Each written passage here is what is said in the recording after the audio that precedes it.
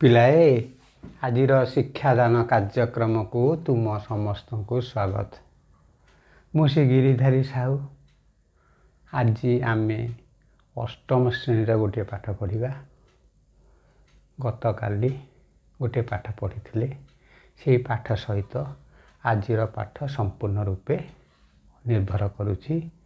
ସେ ପାଠ ସହିତ ଆକୁ ଯୋଡ଼ିବ, ଦେଖିବ ପରସ୍ପର କେମିତି ସାମଞ୍ଜସ୍ୟ ରହୁଛି ତାହା ତୁମେ ବୁଝିପାରିବ। ଗତକାଲି 3ଟି ବର୍ଗଚିତ୍ର ଅଙ୍କନ କରି ବଡ଼ ବର୍ଗଚିତ୍ରର ବର୍ଗ ସାନ 2ଟି ବର୍ଗଚିତ୍ରର ସମଷ୍ଟି ସହ ସମାନ ସେ ବିଷୟରେ ଆଲୋଚନା କରିଥିଲେ। ଆଜି ଗୋଟିଏ ସମକୋଣୀ ତ୍ରିଭୁଜ ତିଆରି କରିବା। କର୍ଣ୍ଣର ବର୍ଗ ସହିତ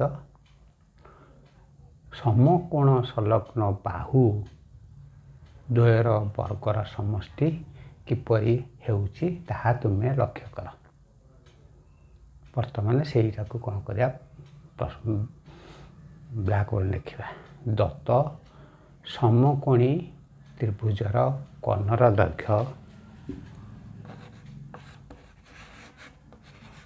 ସମକୋଣୀ ତ୍ରିଭୁଜର କର୍ଣ୍ଣର ଦୈର୍ଘ୍ୟର ବର୍ଗ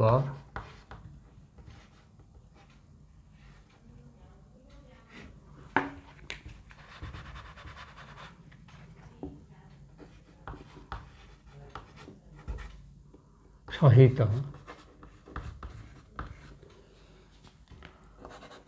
ସମକୋଣ ସଂଲଗ୍ନ ବାହୁର ବର୍ଗର ସମଷ୍ଟି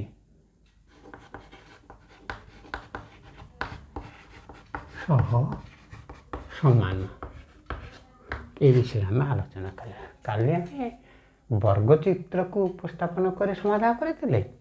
ଆଜି ଆମେ ସମକୋଣୀ ତ୍ରିଭୁଜକୁ ଉପସ୍ଥାପନ କରି ସମାଧାନ କରିବା।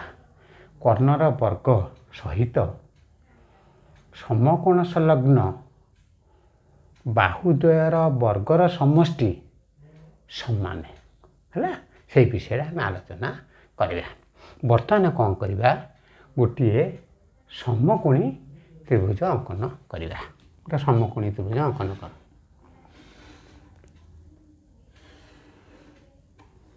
ଆର ନାଁ ଦିଅ ହେଲା। ବି କୋଣ ହେଉଛି ସମକୋଣ। ସମକୋଣର ସମ୍ମୁଖୀନ ବାହୁ କର୍ଣ୍ଣ। এইটা ହେଉଛି କର୍ଣ୍ଣ ହେଲା। ଆଚ୍ଛା, ସେଗୁଡ଼ା ଆମେ ଦେଖିବା। ଏ ବି ସି ଗୋଟିଏ ସମକୋଣୀ ତ୍ରିଭୁଜ। ଉତ୍ତର ଏ ବି ସି ସମକୋଣୀ ତ୍ରିଭୁଜ ହେଲା। ଏ ସି କର୍ଣ୍ଣ, ବି କୋଣ ସମ, এইটা ହେଲା କ'ଣ ହେଲା ତୁମର ସମକୋଣ, এইଟା ହେଲା ତୁମର କର୍ଣ୍ଣ। ଏ ବି ଆଉ ବି ସି ହେଉଛି କ'ଣ, ସମକୋଣ ସଂଲଗ୍ନ ବାହୁ। ଏ ବି ସି ସମକୋଣ ସଂଲଗ୍ନ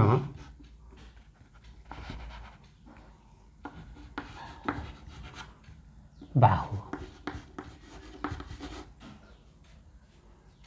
ସମକୋଣ ସଂଲଗ୍ନ ବାହୁ ଏ ବି ଆଉ ବି ସି। ଏ ବି କୁ ଲମ୍ବ, ବି ସି କୁ ଭୂମି। ଏ ବି ଲମ୍ବ ଆଉ ବି ସି ଭୂମି। ଏ ବି ଲମ୍ବ, ବି ସି ଭୂମି।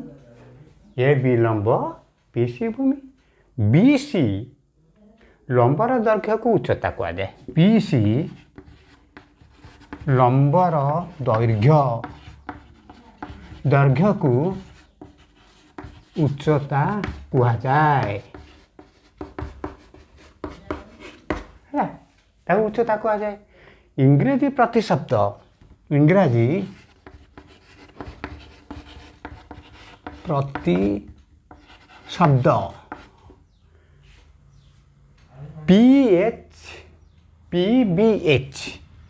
PBH ଅଟେ। ଏଇ ଅନେକ PBH ଇଂରାଜୀ ପ୍ରତିଶବ୍ଦ ସେଇଟା। ସମକୋଣୀ ତ୍ରିଭୁଜର ଉଚ୍ଚତା ଭୂମି କର୍ଣ୍ଣକୁ ସୂଚାଉଛି। ସମକୋଣୀ ତ୍ରିଭୁଜର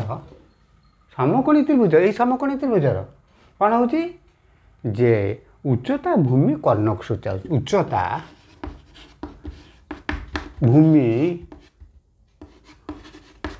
କର୍ଣ୍ଣ ସୂଚାଉଛି।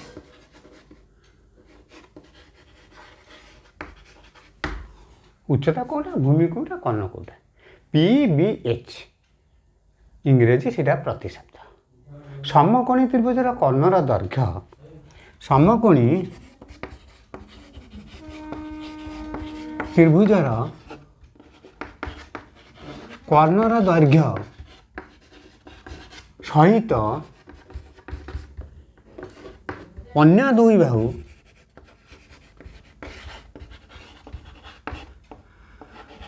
ବାହୁର ବର୍ଗର ଦୈର୍ଘ୍ୟ ସହ ସମାନ। ସମକୋଣୀ ତ୍ରିଭୁଜର କର୍ଣ୍ଣ, ଏଇଟା ହେଲା ତୁମର କର୍ଣ୍ଣ, ଏଇଟା କର୍ଣ୍ଣ ନା ନାହିଁ। ଏଇ କର୍ଣ୍ଣର ବର୍ଗ ଅନ୍ୟ ଦୁଇ ବାହୁ AB ଆଉ BC ବର୍ଗର ସମଷ୍ଟିକୁ ସେ ବୁଝାଉଛି। ସେଇ କଥା କହୁଛି। ସମକୋଣୀ ତ୍ରିଭୁଜର କର୍ଣ୍ଣର ଦୈର୍ଘ୍ୟର ସହିତ ଅନ୍ୟ ଦୁଇ ବାହୁର ବର୍ଗର ଦୈର୍ଘ୍ୟ ସମାନ ଅଟେ। ଆକୁ ଆର ବର୍ଗ ବାହାର କରିବ, ଆର ବର୍ଗ ABର ବର୍ଗ ବାହାର କରିବ, BCର ବର୍ଗ ବାହାର କରିବ, ଏଇ ବର୍ଗକୁ ମିଶେଇବ, କର୍ଣ୍ଣର ବର୍ଗ ହେଇଯିବ। କର୍ଣ୍ଣର ବର୍ଗ ହେଇଯିବ। ବୁଝିପାରିଲ? ତା ଅର୍ଥ ସମକୋଣୀ ତ୍ରିଭୁଜର ବାହୁମାନଙ୍କର ସମ୍ପର୍କ। ଏ ଦେଖିବା, ସମକୋଣୀ ତ୍ରିଭୁଜର ବାହୁମାନଙ୍କ ସମ୍ପର୍କ କ'ଣ? ସମ୍ପର୍କ ହେଉଛି କ'ଣ? P² ମିଶାଣ B² ସମାନ H²। ମନେକର ଏଇଟା ହେଉଛି 3, ଏଇଟା ହେଉଛି 4, ଏଇଟା ହେଉଛି ତୁମର 5 ହେବ। AB ହେବ 3, BC ହେଉଛି 4, AC ହେଉଛି 5। ତାର ଅର୍ଥ 3ର ବର୍ଗ ମିଶାଣ 4ର ବର୍ଗ ସମାନ 5ର ବର୍ଗ। ଆକୁ ଆମେ କ'ଣ କହିବା? ଏହାକୁ ଆମ ପିଥାଗୋରୀୟ ଟ୍ରିପୁଲ କହିବା। ଆକୁ ଆମେ କ'ଣ କରିବା? ପିଥାଗୋରୀୟ ଟ୍ରିପୁଲ କରିବା। ପିଥାଗୋରୀୟ ଟ୍ରିପୁଲ ଆକୁ ଆମେ କହିବା। ବୁଝିପାରିଲ? ଆଚ୍ଛା, ଆଉ ଗୋଟେ ଲକ୍ଷ୍ୟ କର ପିଲା, 3 ସେମି ଆଉ 4 ସେମି ଅନ୍ତର୍ଗତ କୋଣର ବାହୁର ଦୈର୍ଘ୍ୟ 5 ସେମି ହେବାକୁ ବାଧ୍ୟ। 5 ସେମି ହେବାକୁ ବାଧ୍ୟ। ବୁଝିପାରୁଛ? ଅନ୍ତର୍ଗତ କୋଣ ହେଉଛି ସମକୋଣ, ଆଉ କର୍ଣ୍ଣଟା ନିଶ୍ଚିତ ଭାବେ ତୁମର 5 ସେମି ହେବ। এইটা হচ্ছে তোমরা পাঠ। বুঝিপাইল? যদি এ পাঠটি মন দিয়ে শুনিথিব তাহলে তুমি নিশ্চিত ভাবে জানিপারিথিব। কালি আমি বর্গচিত্র 3টি বর্গচিত্র করিଥିଲେ। 2টি বর্গচিত্রর বর্গ সহিত বড় বর্গচিত্র বর্গ সমান কেমিতি হয়েছিল তা আমি দেখিଥିଲି। আজ সেই পাঠটাকে কম কলে সমকোণী ত্রিভুজরে উপস্থাপন কলে କେମିତି କର୍ଣ୍ଣର ବର୍ଗ ସହିତ ବାହୁ ଦୁଇଟିର ବର୍ଗର ସମଷ୍ଟି କିପରି ସମାନ ହେଲା ତାହା ତୁମେ ଜାଣିଲ। ଏହି ପାଠକୁ ଆମେ କହିବା ସଂକ୍ଷେପରେ ପିଥାଗୋରୀୟ ଟ୍ରିପୁଲ। ଆମେ ଗୋଟିଏ ଉଦାହରଣ ନେଲେ 3 ସେମି 4 ସେମି 5 ସେମି 3 ସେମିର ବର୍ଗ 3 3 9 ସେମି 3 3 9 ସେମି ମିଶାଣ 4 4 24 16 ସେମି ସମାନ 5 5 25 ସେମି 25 ବର୍ଗ ଏକକ ହେଲା। ତୁମ ପାଇଁକା ଗୋଟିଏ କେତେ କାମ ଦିଆହେଉଛି, ତୁମେ ତାକୁ ଘରେ କରିବ ଆଉ ତୁମ ସାର୍ଙ୍କୁ ଦେଖେଇବ। ଏହି ସୂତ୍ରଟାକୁ ପ୍ରୟୋଗ କରିବ। ଦୁଇଟି ବାହୁର ବର୍ଗର ସମଷ୍ଟି ସହିତ କର୍ଣ୍ଣ କିପରି ସମାନ ହେଉଛି ତାହା ତୁମେ କରିବ। ତୁମ ସାର୍ କ୍ଲାସ୍ରେ ସାର୍ଙ୍କୁ ଦେଖାଇବ।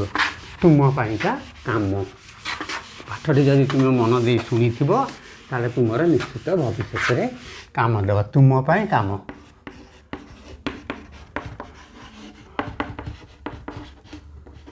କ'ଣ ତିନିଟା ସଂଖ୍ୟା ଦେବା 5 12 13 5 12 13 ଆଉ 7 24 7 24 ଆଉ 25।